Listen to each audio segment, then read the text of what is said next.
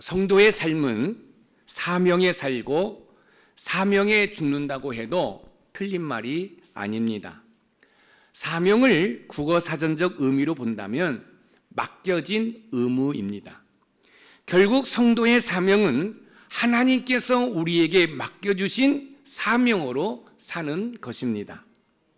예수님께서 저와 여러분에게 맡겨주신 사명을 잘 나타내주는 말씀이 있습니다. 우리가 예수님의 지상 대명령이라고 하는 말씀입니다. 마태복음 28장 18절에서 20절 말씀을 우리 읽어보겠습니다. 시작. 예수께서 나와 말씀하여 이르시되 하늘과 땅의 모든 권세를 내게 주셨으니 그러므로 너희는 가서 모든 민족을 제자로 삼아 아버지와 아들과 성령의 이름으로 세례를 베풀고 내가 너희에게 분부한 모든 것을 가르쳐 지키게 하라. 볼지어다 내가 세상 끝날까지 너희와 항상 함께 있으리라 하시니라. 예수님께서 저와 여러분에게 사명을 주셨는데 그 사명은 영혼을 구원해서 제자 삼는 것입니다. 특별히 저는 목사로서, 여러분은 성도들로서 우리가 서 있는 그곳에서 우리는 다른 사람들에게 복음을 전할 수 있어야 합니다. 사도 바울께서도 주님으로부터 받은 사명이 있습니다. 그 사명이 무엇인지 사도행전 23장 11절에서 확인할 수 있습니다. 같이 읽어봅니다. 시작. 그날 밤에 주께서 바울 곁에 서서 이르시되 담대하라. 내가 예루살렘에서 나의 일을 증언한 것 같이 로마에서도 증언하여야 하리라 하시니라. 내가 예루살렘에서 나의 일을 증언한 것 같이 로마에서도 증언하여야 하리라. 사도 바울께서 복음을 전한다는 이유로 채찍에 맞으셨습니다. 온몸이 갈기갈기 찢어졌습니다.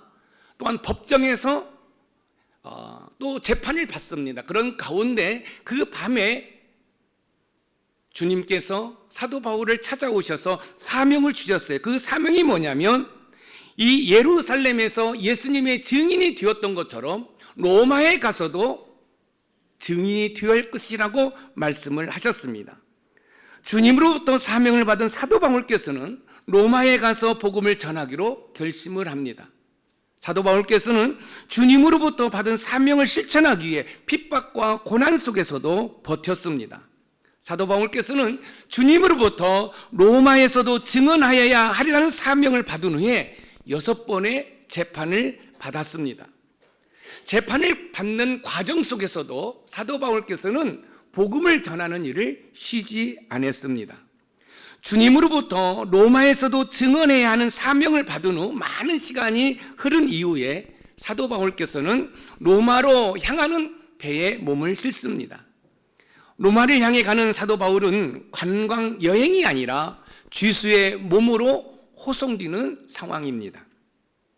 사도 바울께서는 지금 이스라엘과 하마스가 전쟁하고 있는 팔레스타인에서 율리오라고 하는 백부장에게 넘겨져 로마로 향하는 가운데 아름다운 항구라고 불리는 미항이라는 곳에 잠시 정박하게 됩니다.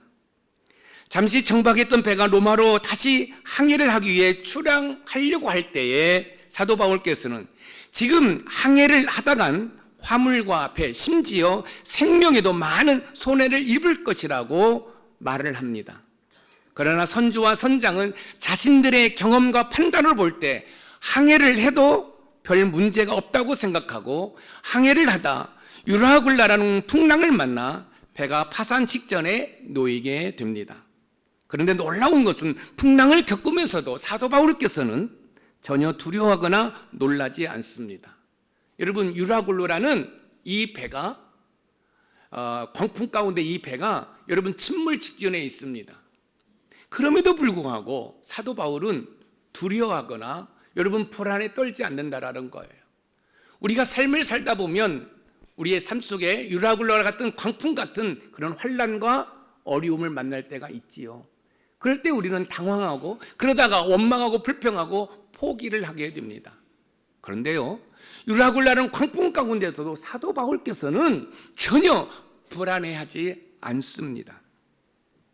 여러분, 이 사도 바울께서는 탄 배는 이 광풍 가운데 여러분 자신들이 가지고 갔던 짐을 다 내어버리고 또 배의 기구를 다 내어버리고 심지어 먹는 식량까지도 내버려야 하는 그런 상황 가운데 있습니다. 그런데 놀라운 사실은 사도 바울께서는 두려워하지 않습니다. 어떻게 그 위기를 극복했는지 오늘 본문을 통해 살펴보면서 우리도 우리의 삶 가운데 생각지도 않은 어려움이 닥쳤을 때 어떻게 극복해야 할지 말씀을 통해 교훈받는 귀한 은혜의 시간이 되기를 주님의 이름으로 축원드립니다. 첫 번째, 로마로 향하는 사도 바울은 인생의 소중함을 발견하게 됩니다. 우리는 삶 가운데 편안하고 안락할 때는 발견하지 못한 것을 삶의 고난 가운데 인생의 소중함을 발견할 때가 있습니다. 가정의 소중함을 모르다가 가정의 위기가 닥치면 가정의 소중함을 알게 되지요. 건강의 소중함을 알지 못하다가 몸이 아프면 건강의 소중함을 발견하는 것처럼 사도 바울께서는 죄수의 몸으로 로마로 향하는 항해 가운데 인생의 소중한 것을 발견하게 됩니다. 사도 바울이 탄 배가 순풍에 돛달듯이 순항하는 것처럼 보이다가 그레데 해변을 끼고 항해를 하다가 갑자기 유라굴로라는 광풍을 만나게 됩니다. 오늘 본문 사도행전 27장 13절에서 14절을 읽어봅니다. 시작. 남풍이 순하게 불매 그들이 뜻을 이룬 줄 알고 닻을 감아 그레데 해변을 끼고 항해하더니 얼마 안 되어 섬 가운데로부터 유라굴로라는 광풍이 크게 일어나니 유라굴로라는 광풍이 크게 일어나니 여러분 순풍에 이 배가 항해를 할 때에는 여러분 이 지중해는 너무너무 아름답다고 해요. 그러니 여기에 이 배는 사도 바울만 탄 것이 아니라 무역을 하는 사람들도 탔을 것이고 또 관광을 하는 사람도 탔을 것이라는 거예요. 그 아름다운 그레데 이 지중해 해안을 여러분 배가 항해할 때는 아마 콧노래를 불렀을 것입니다. 그리고 아름다운 자연 가운데 한호성을 질렀을 것입니다. 한번 생각해 보세요. 어떤 무역상은 이 물건을 로마에 가서 팔면 많은 수익을 창출이라는 기대감 가운데 좋아했을 것입니다. 또 관광객들은 야, 날씨가 너무너무 좋다, 이 여행을 너무너무 잘 선택했다라고 여러분 흐뭇했을 것입니다. 그런데 갑자기 유라굴로라는 광풍이 크게 일어났습니다. 사도 바울께서 탄 배가 유라굴로라는 광풍을 만나 배가 파산 직전에 이르자 배에 탔던 사람들이 자신들의 물건을 하나하나 바다에 던지기 시작합니다. 오늘 본문 사도행전 27장 18절입니다. 같이 읽어봅니다. 시작. 우리가 풍랑으로 심히 애쓰다가 이튿날 사공들이 짐을 바다에 풀어버리고 사공들이 짐을 바다에 풀어버리고 필요해서 준비한 짐들입니다. 사도 바울께서 탄 배는 죄수를 비롯하여 상인들도 있었을 것이고 여행 가운데 있는 사람들도 있었을 것입니다. 그들에게는 각자 필요한 짐들이었을 것입니다. 그런데 유라굴로라는 풍랑 가운데 자신들의 소중한 짐들을 바다에 버립니다. 왜 그들은 자신들의 소중한 짐들을 바다에 버렸을까요? 그 이유는 자신들의 목숨을 지키기 위해서입니다. 아무리 소중한 짐이라도 자신의 목숨보다 소중하지 않다는 것을 발견했기 때문입니다. 유라굴로라는 광풍을 통해 소중한 것을 발견하게 된 것이지요. 인생의 광풍을 만나면 무엇이 소중한지를 발견하게 됩니다. 심지어 소중한 목숨을 구하기 위해서 배의 모든 기구를 버리기까지 합니다. 오늘 본문 사도행전 27장 19절 말씀을 읽어봅니다. 시작. 사흘째 되는 날에 배의 기구를 그들의 손으로 내버리니라.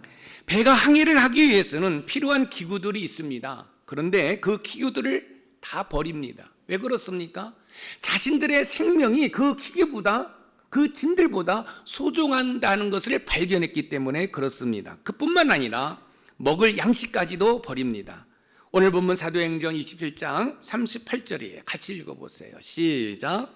배부르게 먹고 밀을 바다에 버려 배를 가볍게 하였더니 밀을 바다에 버려 배를 가볍게 하였더니 여러분, 항해를 하는 데 있어서 이 양식은 너무너무 중요하죠.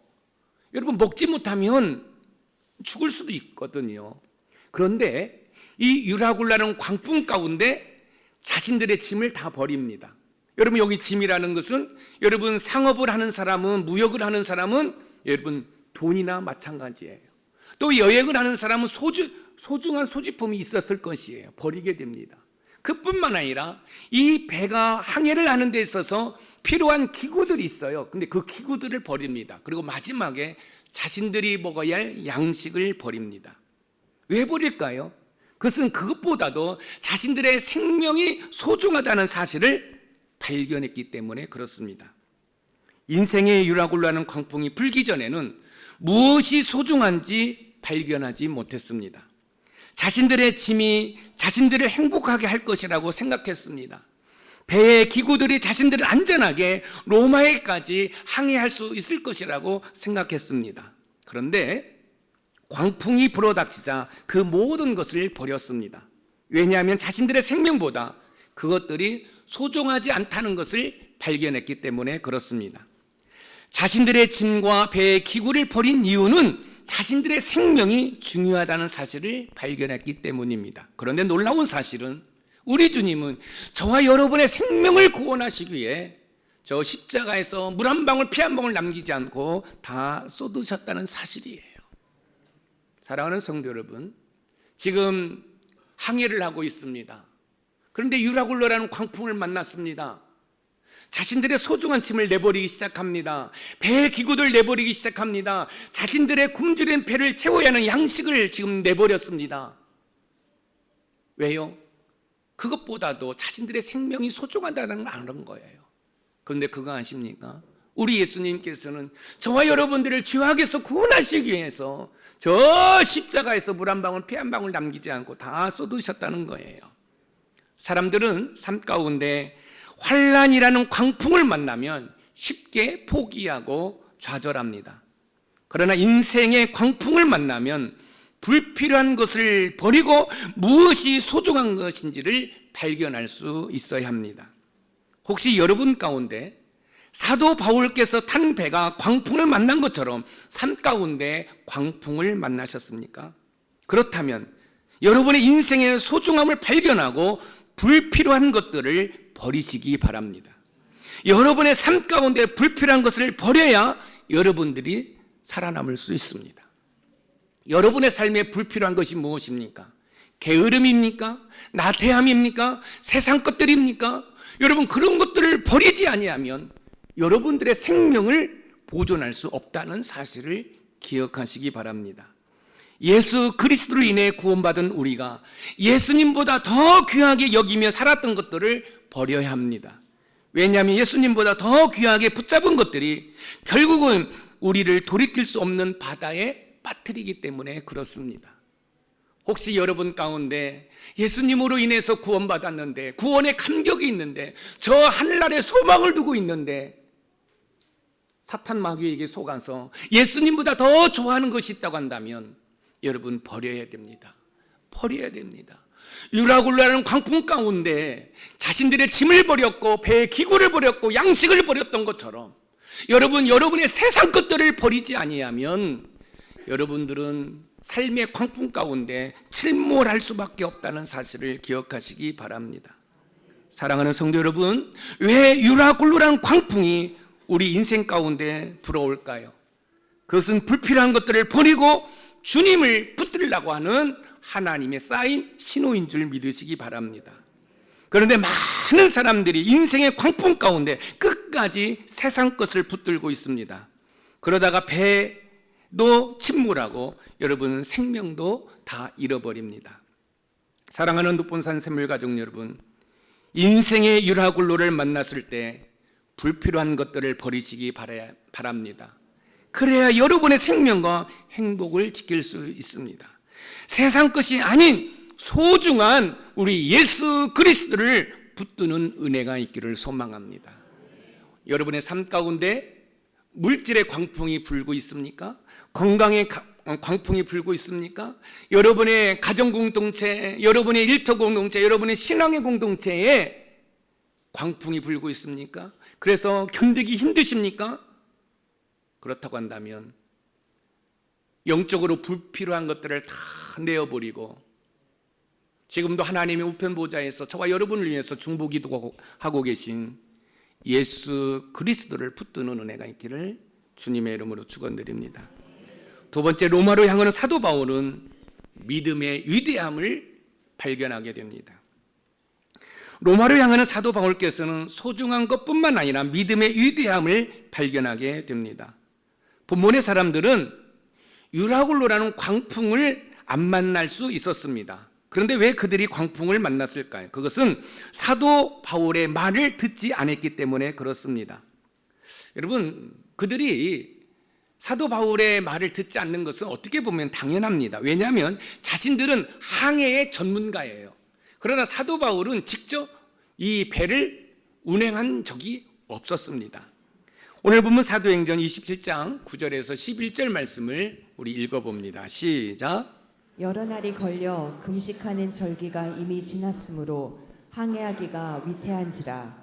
바울이 그들을 권하여 말하되 여러분이여 내가 보니 이번 항해가 화물과 배만 아니라 우리의 생명에도 타격과 많은 손해를 끼치리라 하되 백부장이 선장과 선주의 말을 바울의 말보다 더 믿더라. 자, 보세요. 백부장이 선장과 선주의 말을 바울의 말보다 더 믿더라. 자, 보세요. 이제 미양이라는 곳에서 잠시 이제 이 배가 정박을 했어요. 그리고 이제 이 미양을 출발하려고, 이 미양이라는 것은 아름다운 항구라는 뜻을 가지고 있어요. 이제 배가 출항하려고 할 때 사도 바울께서 이야기합니다. 지금 이 시간에 항해를 하면 생명을 잃을 수 있다. 여러분들의 소중한 것을 다 잃을 수 있다라고 권면을 합니다. 그런데 이 백부장이 선장과 선주의 말을 더 신뢰한다는 거예요. 여러분, 이 말은 사도 바울의 말보다 선주의 돈을 믿었고 선장의 경험을 믿었으며 백부장의 권력을 믿었던 것입니다. 사도 바울께서 항해를 하게 되면 생명도 타격을 받을 것이고 그 밖에 많은 것을 여러분 잃을 것이라고 권면을 했지만 듣지 않습니다. 여러분, 사도 바울께서는 성령 충만한 사람입니다. 분명히 성령의 감동하심으로 말했을 것입니다. 그러나 그들은 사도 바울의 믿음의 말보다는 그들의 돈, 그들의 경험, 그들의 권력을 의지했던 것입니다. 여러분, 선장을 생각해 보세요. 그는 항해의 경험이 있잖아요. 선주는 뭐가 있습니까? 돈이 있어요. 여러분, 백부장은 뭐가 있습니까? 권력이 있어요. 여러분, 그들은 경험과 돈과 권력을 의지한 거예요. 성령에 이끌림 받으어서 말하고 있는 사도 바울의 말을 무시해버린 거지요. 저와 여러분들이 성공적인 삶을 살기 위해서는 여러분의 이성과 논리와 경험을 내려놓고 성령 하나님의 이끄심에 순종하는 은혜가 있기를 주님의 이름으로 축원드립니다. 배가 순항할 때는 그들의 이성과 논리와 경험이 탁월했다고 생각했을 것입니다. 오늘 본문 사도행전 27장 13절을 다시 읽어보겠습니다. 시작. 남풍이 순하게 불매 그들이 뜻을 이룬 줄 알고 닻을 감아 그레데 해변을 끼고 항해하더니. 남풍이 순하게 불매 그들이 뜻을 이룬 줄 알고. 여러분, 돈, 경험, 권력을 의지하고 나갈 때는 잘 되는 것 같습니다. 그러나 얼마 못 가서 유라굴로라는 광풍을 만납니다. 저기 보세요. 여러분, 지중해에 이 그레데 해변이 아름답다고 그래요. 근데 이 배가 순풍에 돛달듯이 순항을 하고 있습니다. 그러면 한번 생각해 보세요. 우리 조정원 집사님이 무역상입니다. 이제 여러분, 이 로마에 가서 물건을 팔면 많은 이익을 남긴다고 생각해요. 우리 지지용 권사님은 지금 가족들하고 여행을 하고 있어요. 자, 그러면 우리 조정원 집사님이 갑판에 올라가서 팔짱을 끼고 콧노래를 부를 거야. 내가 로마에 가서 이 물건을 팔으면 많은 수익이면 내가 이번에 아파트 평수를 좀 높여가리라. 너무너무 아름다운 모습이죠.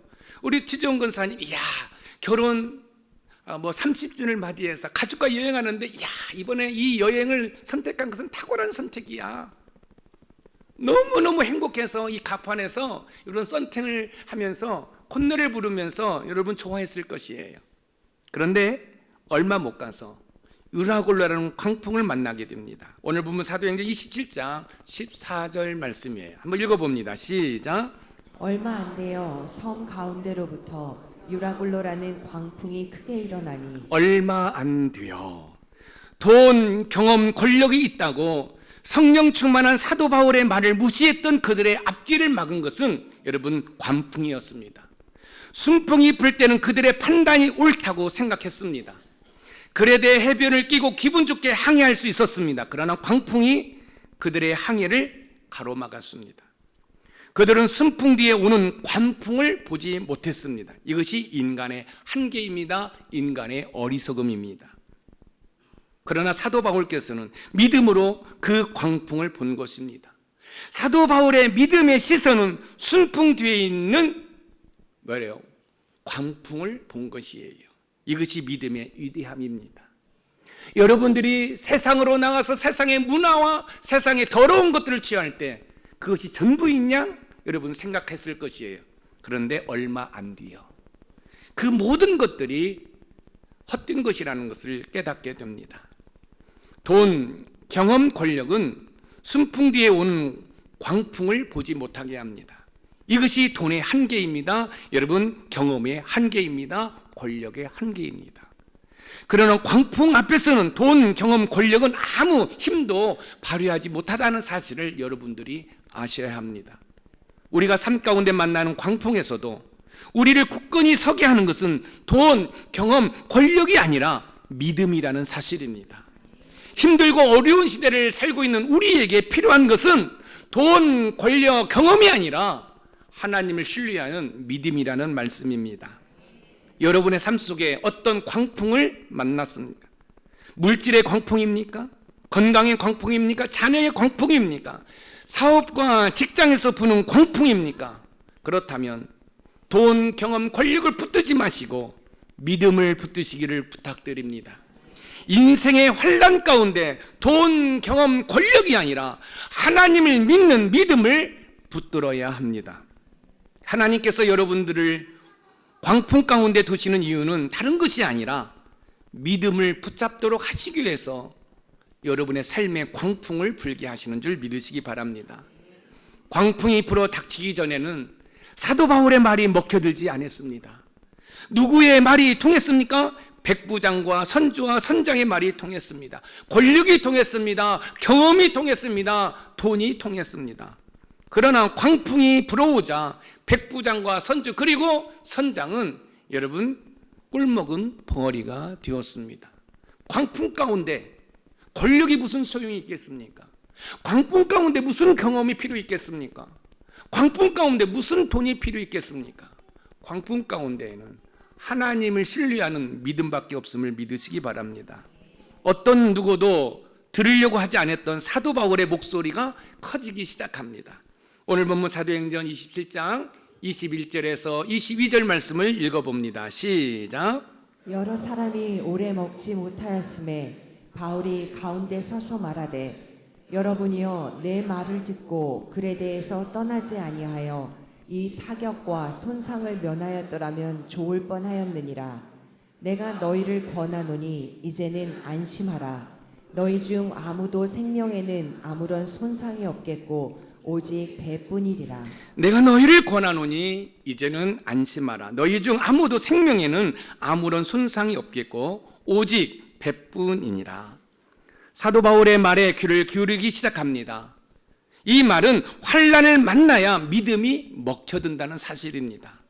환난을 당하기 전에는 자신의 이성과 논리와 경험을 의지합니다. 그러나 환난을 만나면 그때서야 믿음의 귀를 기울입니다. 인생의 광풍을 만나면 돈, 경험, 권력은 물러가고 믿음을 발견하게 됩니다. 그렇다면 환난은 믿음을 발견하게 하는 기회가 되는 것입니다. 그래서 환난의 때에 믿음이 성장하고 하나님의 기적을 체험하게 되는 것입니다. 사랑하는 높은산 샘물가족 여러분, 여기에 선주는 뭐예요? 돈 있는 사람이잖아요.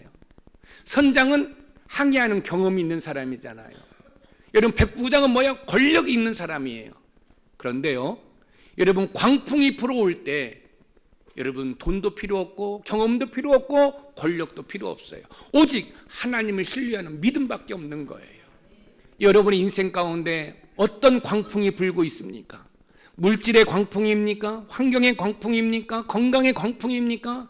여러분이 지금 여러분의 가정이 깨지기 직전에 광풍을 만났습니까? 여러분의 직장과 사업에 지금 광풍이 불고 있습니까? 그렇다면 돈, 경험, 권력 아무 필요 없어요. 하나님을 신뢰하는 믿음이 여러분의 그 무너지는 것들을 다시 재건하는 힘이 된다는 사실을 기억하시기 바랍니다. 삶 가운데 불어닥치는 광풍은 우리에게 아픔과 고통만 가져다 주는 것이 아니라 믿음을 붙들게 하는 것입니다. 하나님의 선물이요, 하나님의 은혜와 복이 되는 것입니다. 사랑하는 성도 여러분, 무슨 광풍을 만나셨습니까? 어떤 환난을 만나셨습니까? 믿음을 붙드시기 바랍니다. 믿음을 발견하시기 바랍니다. 이때 여러분들은 풍랑을 넘어 안전한 항구에 여러분 정박하게 될 줄 믿습니다. 마지막으로 세 번째, 로마로 향하는 사도 바울은 살아계신 하나님을 발견하게 됩니다.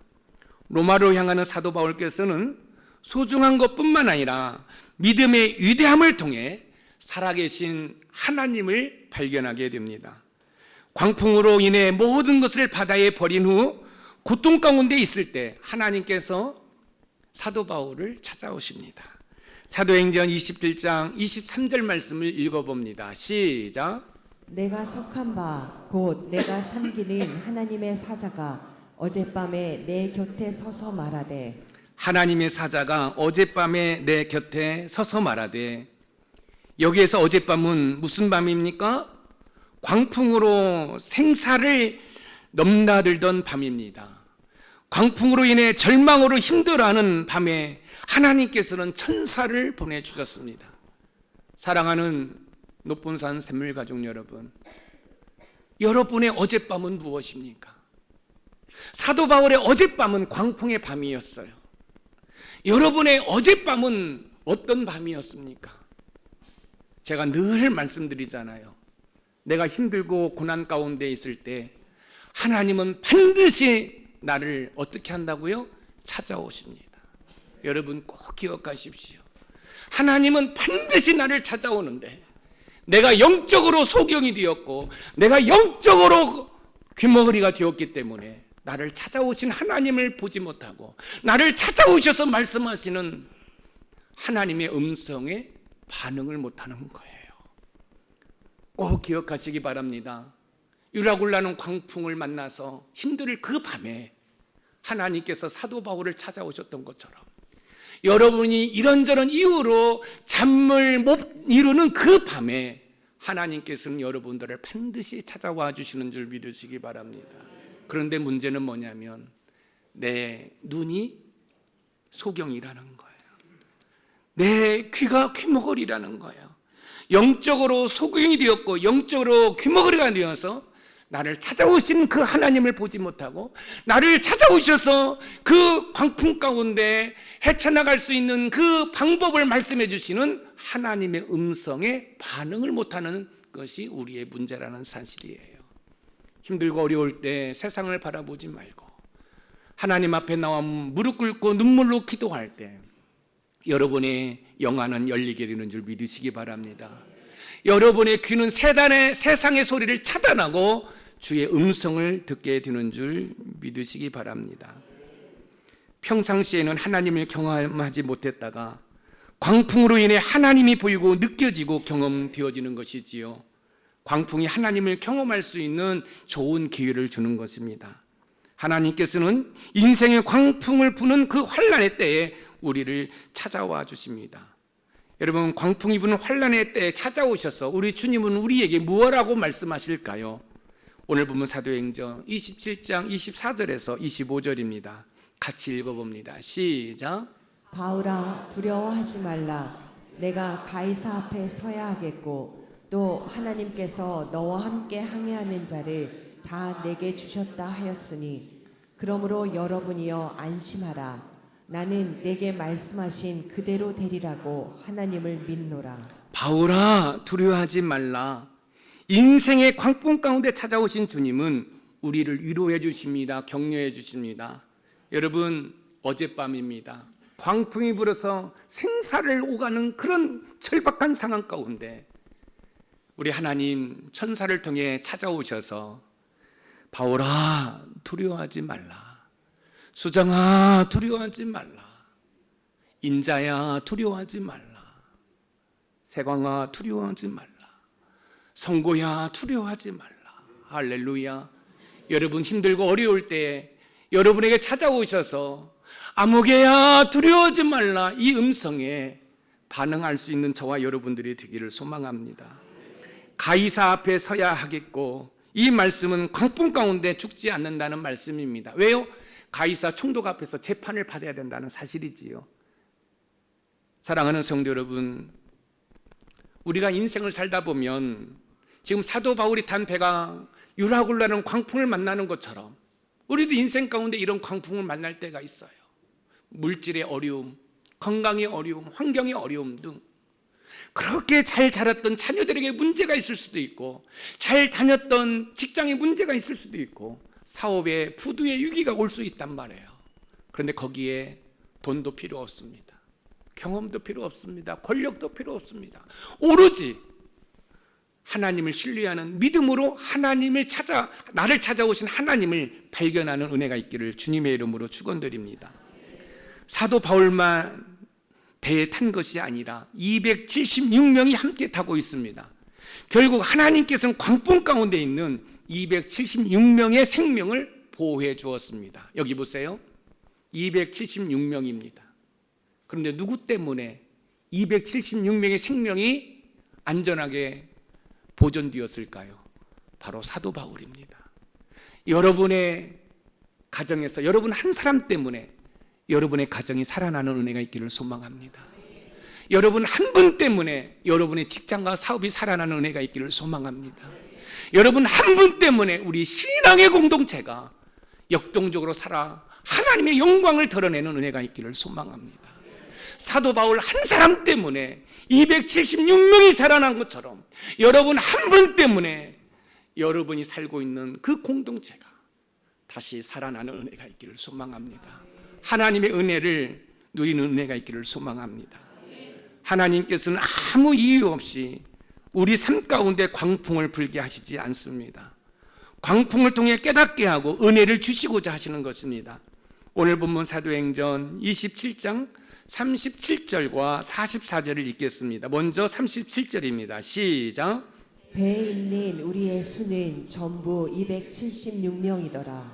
이어서 44절입니다. 시작.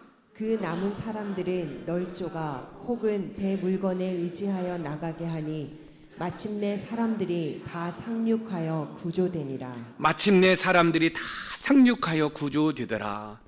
여러분, 본문의 광풍은 사도 바울 일행을 해치지 못했습니다. 그렇기 때문에 환난 가운데 여러분 좌절하거나 포기하지 마세요. 포기하지 마세요. 여러분 조금만 견디면 그날 밤에 하나님 찾아오셔서 여러분에게 말씀해 주시는 줄 믿으시기 바랍니다. 자, 보세요. 항해를 하면 안 된다고 그랬어요. 그런데 선주는 돈 있는 사람입니다. 여러분 이 무역상들을 실어다 줘야, 또 여러분 사람들을 또 여러분 실어다 줘야 돈을 벌을 수 있어요. 선장 경험이 있어요. 여러분 이 그레데 해변을, 이 지중해 이 해변을 항해를 수십 번 한 사람이에요. 여러분 전혀 문제가 없는 것처럼 보입니다. 백부장 권력이 있어요. 그러나 유라굴로라는 광풍 가운데 돈도 필요 없어요. 경험도 필요 없어요. 권력도 필요 없어요. 오로지 하나님을 신뢰하는 믿음밖에 없어요. 사랑하는 성도 여러분, 인생 가운데 유라굴로라 같은 그런 광풍을 만난다면 여러분의 이성과 논리와 경험을 다 내려놓고 하나님을 신뢰하는 은혜가 있기를 소망합니다. 여러분 가운데 어떤 광풍을 만나셨습니까? 건강의 광풍입니까? 물질의 광풍입니까? 아니면 사업의 광풍입니까? 살아계신 하나님을 경험할 수 있는 좋은 기회입니다. 광풍은 바닷속을 다 뒤엎어 죽은 바다를 다 산바다로 살린다고 그래요. 여러분, 우리가 태풍이 오면 지상에 어떤 그 피해만 생각하는데 태풍으로 인해서 죽었던 바다가 다시 여러분 살아난다고 그래요. 인생의 광풍은 우리의 죽은 것을 갈아엎어서 살찌우고자 하시는 하나님의 사랑인 것을 믿으시기 바랍니다. 그래서 여러분의 삶에 어떤 광풍이 불어올 때 원망하고 불평하고 포기하는 것이 나의 죽었던 것이 살아날 수 있는 좋은 기회구나. 할렐루야.